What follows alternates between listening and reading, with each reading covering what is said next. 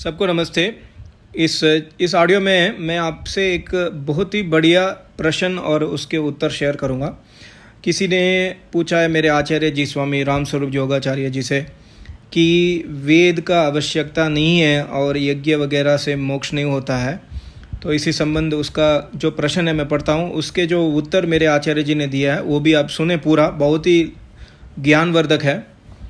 अभी सवाल ये है, नमस्ते स्वामी जी, ये सब माता आदि संबंधी लोगों का आदर करना अविद्या है।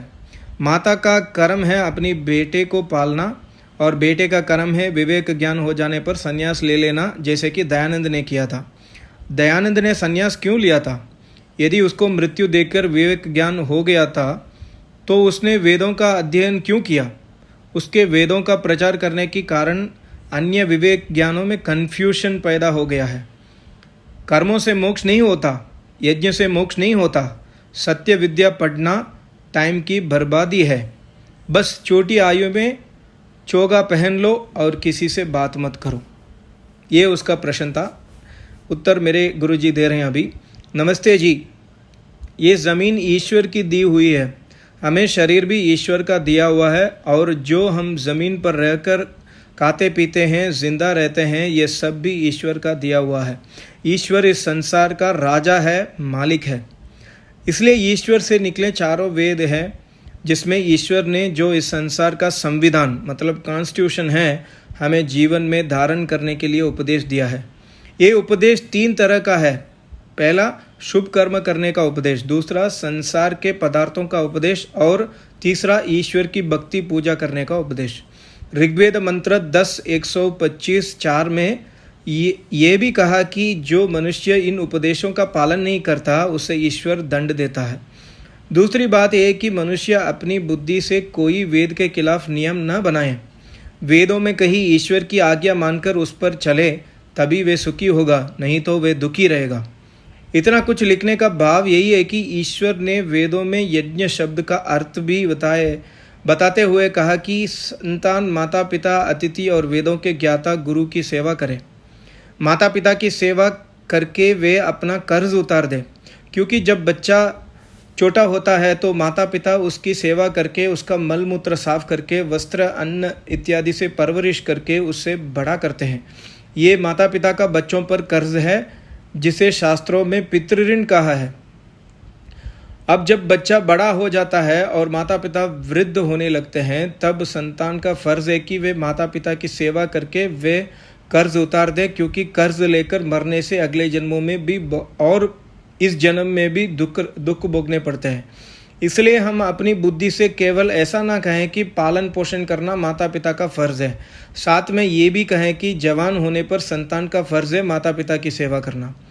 रही संन्यास की बात, तो संन्यास वैराग्य होने पर ही लिया जाता है, बिना वैराग्य के संन्यास नहीं लिया जाता।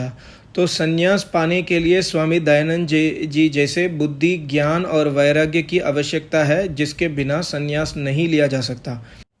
कृपया स्वामी जी को उसको शब्द से संबोधित ना करें, वे विश्व के महान विभूति हुए हैं। उसको शब्द वे ही संबोधित कर सकता है जो स्वामी दयानंद जी जैसे चारों वेदों का ज्ञाता, संयमी, ज्ञानवान पुरुष हो। स्वामी जी को मृत्यु देखकर वैराग्य हुआ था और वे भी कुछ ही वैराग्य हुआ था। उनके पूर्व जन्म के अच्छे कर्म भी उनके साथ थे, जिससे उन्हें मृत्यु देखकर वैराग्य हुआ कि संसार में कोई भी स्थिर नहीं है। उन्हें पूर्ण ज्ञान नहीं हुआ था। ऐसा वैराग्य ज्ञान प्राप्ति करने में सहायक है। फलस्वरूप उन्होंने जन्म मृत्यु सुख दुख जड़ चेतन आदि के विषय में ज्ञान प्राप्त करने में अपने गुरु विरजानंद जी की शरण में जाकर वेद अध्ययन, योग अभ्यास आदि किया। तत्पश्चात ही उन्हें पूर्ण ज्ञान प्राप्त हुआ था। वेदों का प्रचार करने से कन्फ्यूशन नहीं होती, बल्कि कन्फ्यूशन दूर होती है। कन्फ्यूशन उनको होती है जो वेद विरुद्ध हैं और जिनको ब्रह्म की आड़ में पैसा कमाने और अपने को बहुत बड़ा महात्मा सिद्ध करना होता है। आप सोचें, वे तो ईश्वरवाणी है, तो हम ईश्वरीय वाणी में कहें ईश्वर के नियम माने या आदमियों के खुद के बनाए नियम पर चले? जब आज मनुष्य वेद के खिलाफ अपने बनाए नियमों को मनवा कर झूठा यश और धन कमाता है और अचानक जब उसके इस धंधे में ईश्वर की सच्ची वाणी रुकावट डालती है, तब उन लोगों को कन्फ्यूशन मतलब मिसअंडरस्टैंडिंग, परेशानी और डर पैदा होता है। नहीं तो सच पर चलने वालों को कन्फ्यूशन क्या होगी। इसी तरफ चारों वेदों में भगवान ने ये कहा कि वैदिक शुभ कर्म करने से यज्ञ सबसे श्रेष्ठ शुभ कर्म है, उसको करने से मोक्ष होता है। तब इंसान जो मर्जी कहे कि कर्म और यज्ञ से मोक्ष नहीं होता, तो उसके कहने से वेद में कहे ईश्वर के नियम कभी नहीं बदलते।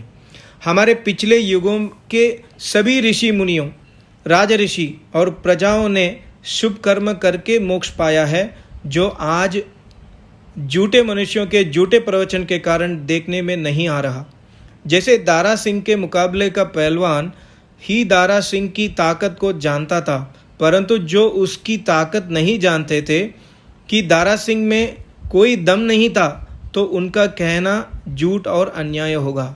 इसी प्रकार वेद विद्या को बिना पढ़े, बिना सुने, बिना जाने जो वेद विद्या का निरादर कर रहे हैं, वे झूठ बोल रहे हैं और अपने साथ अन्याय कर रहे हैं। वेद विद्या पर कमेंट वे करें जिसने वेद विद्या सुनी हो। जैसे किसी ने भगवद गीता ना सुनी हो और कहने लगे कि भगवद गीता में कोई ज्ञान नहीं है, तो वे मनुष्य झूठ बोल रहा है, क्योंकि उसने संपूर्ण भगवद गीता ना पढ़ी है, ना सुनी है। यही वेद के साथ है कि जो वेद ना पढ़ता, ना सुनता, ना जानता, वे अपनी ही पुस्तकों का पढ़ने के अभिमान में रत होकर जो मर्जी कह देता है, जो बहुत बड़ा फ्रॉड और झूठ है। जो सत्य विद्या है, वेद को जानने बिना चोले पहन लेते हैं, वे अज्ञानी कहलाते हैं, और अज्ञानी जो मर्जी बुरे बुरे कर्म करते हैं। तो दोस्तों, ये मुझे बहुत ही अल्टीमेट रिप्लाई लगा, मेरे आचार्य जी ने उस व्यक्ति को दिया, तो मैंने सोचा कि आपसे शेयर करूं। तो आप भी, अगर आपको पसंद आए तो इसको ज़रूर प्रचार करें। सबको नमस्ते। ओम।